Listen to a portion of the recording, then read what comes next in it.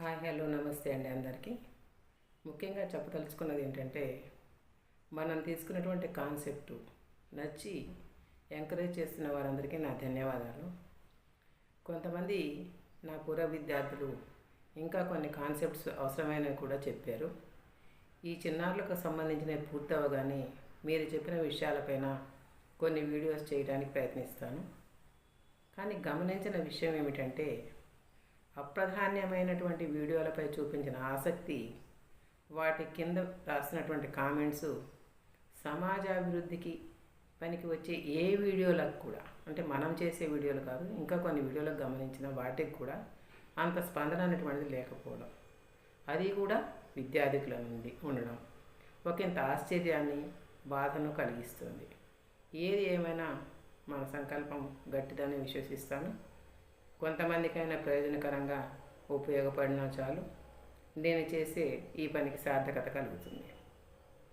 ప్రస్తుతం మనం కాంటెంట్లోకి వద్దాం.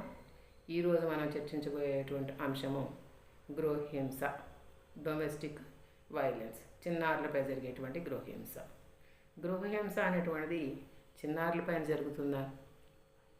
మనం ఎంతవరకు పెద్దవాళ్ళది విన్నాం కదా అని అనుకుంటాం.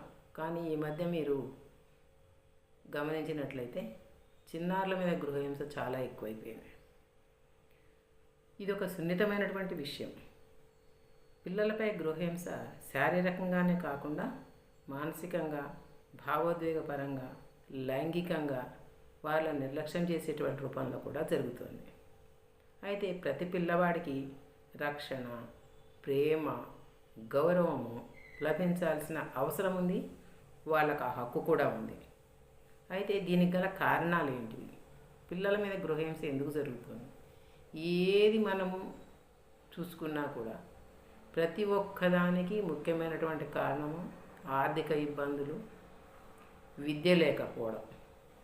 ఈ రెండింటినీ పరిష్కరించగలిగిన నాడు చాలా క్రైమ్స్ని మనం నివారించిన వాళ్ళం అవుతాం. పేదరికము, అప్పులు, నిరుద్యోగం, దీని మీద చికాకులు. అన్నిటికంటే ప్రస్తుతం పీడిస్తున్నటువంటి సమస్య మద్యము, మత్తు పదార్థాల వాడకం. తల్లిదండ్రులు లేక కుటుంబ సభ్యులు లేక ఇరుగు పొరుగు వారు మద్యం సేవించిన తర్వాత హింసకు పాల్పడడమే చాలా దారుణమైనటువంటి విషయం. తల్లిదండ్రుల మధ్య కలహాలు, విడాకులు, అనుమానాలు, వీటి వల్ల కూడా ఆ పిల్లల మీద ప్రభావం చూపుతుంది. బాల్య వివాహాలు మనకు తెలిసినటువంటి విషయమే. మానసిక సమస్యలు ప్రస్తుత సమాజంలో లైఫ్ స్టైల్ వలనో, స్ట్రెస్ వలనో, ఇబ్బందుల వలనో, సోషల్ మీడియా వలనో, మత్తు పదార్థాల వలనో చాలా మానసిక సమస్యలు చిన్నపిల్లల దగ్గర నుండి ముసలి వాళ్ళ వరకు కూడా గమనిస్తున్నాం. కోప నియంత్రణ లోపం జరుగుతుంది, లేదంటే డిప్రెషన్కి వెళ్ళిపోవడం. ఈ మానసిక సమస్యలు కూడా చిన్నారుల మీద గృహహింసకు కారణమవుతుంది. అజ్ఞానము, నిర్లక్ష్య ధోరణి, పిల్లల అవసరాలను అర్థం చేసుకునేటువంటి సమయం కూడా కేటాయించలేకపోవడం, ఇవన్నీ గృహహింసకు కారణమవుతుంది. మరి వీటిని ఎలా నివారించడం, దీనికి పరిష్కార మార్గాలు ఏంటి అని కనుక ఆలోచిస్తే నాకు వచ్చినవి కొన్ని చెప్తాను. ముందుగా తల్లిదండ్రులకు, ఉపాధ్యాయులకు పిల్లల హక్కుల మీద శిక్షణ ఇవ్వాలి. ఎన్నో రకాలైనటువంటి ట్రైనింగ్స్ మనం చూస్తూ ఉంటాం, కానీ దీని మీద ఎక్కువగా కాన్సన్ట్రేట్ చేయట్లేదు. దీని మీద కొంచెం కాన్సన్ట్రేట్ చేస్తే గృహహింస అనేటువంటిది కొంచెం తగ్గుతుందేమో. అదే కాకుండా అనేక సమాజంలో రుగ్మతలు కూడా తగ్గుతాయేమో అనిపిస్తుంది. పోక్సో యాక్ట్ గురించి అవగాహన కలిగించాలి. పిల్లలకు మానసిక సాయం అందించాలి.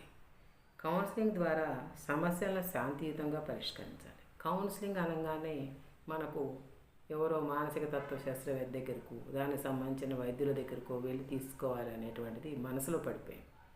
కానీ మన చిన్నప్పుడు అమ్మమ్మలు, నాయనమ్మలే మనకు పెద్ద కౌన్సిలర్స్, ఉమ్మడి కుటుంబమే పెద్ద కౌన్సిలింగ్.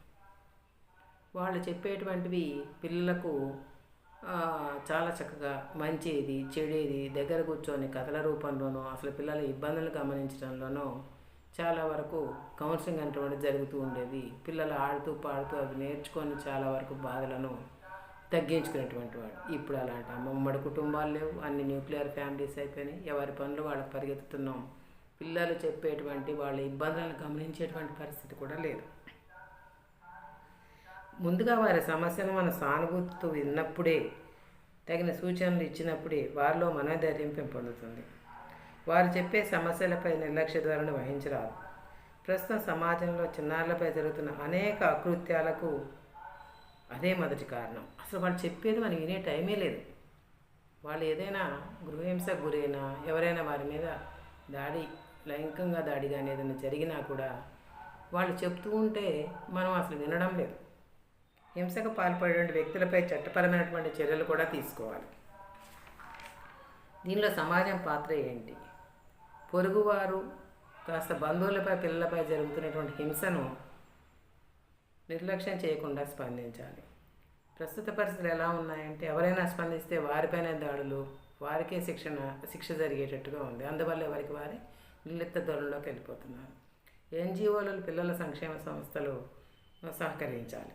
పాఠశాలలో ఉపాధ్యాయులు, తల్లిదండ్రులు ఎవరైనా సరే పిల్లల్లో భయం కానీ, గాయాలు కానీ, ప్రవర్తనలో మార్పు కానీ కనిపిస్తే గుర్తించి తగిన చర్యలు తీసుకోవాలి. దీనికి ప్రభుత్వాలు కూడా కొన్ని చర్యలు తీసుకుంటున్నాయి. బాలల హక్కుల పరిరక్షణ కమిషన్ ఉంది. పిల్లల హక్కులపై పర్యవేక్షణ చేస్తుంటుంది, కానీ సరిపోవడం లేదు. చైల్డ్ హెల్ప్ లైన్ అందరికీ తెలిసింది. ఇలాంటివి ఏమైనా గమనించినప్పుడు 1198 నెంబర్కి కాల్ చేసి తెలియపరచవచ్చు. భరోసా సెంటర్లు గృహహింస, లైంగిక దాడికి గురైన పిల్లలకు న్యాయపరమైన, విద్యాపరమైన, కౌన్సిలింగ్ పరమైన సహాయం కూడా అందిస్తూ ఉంటుంది. ఈ భరోసా సెంటర్ల గురించి అందరికి కొంచెం అవగాహన ఉన్నట్టుంది.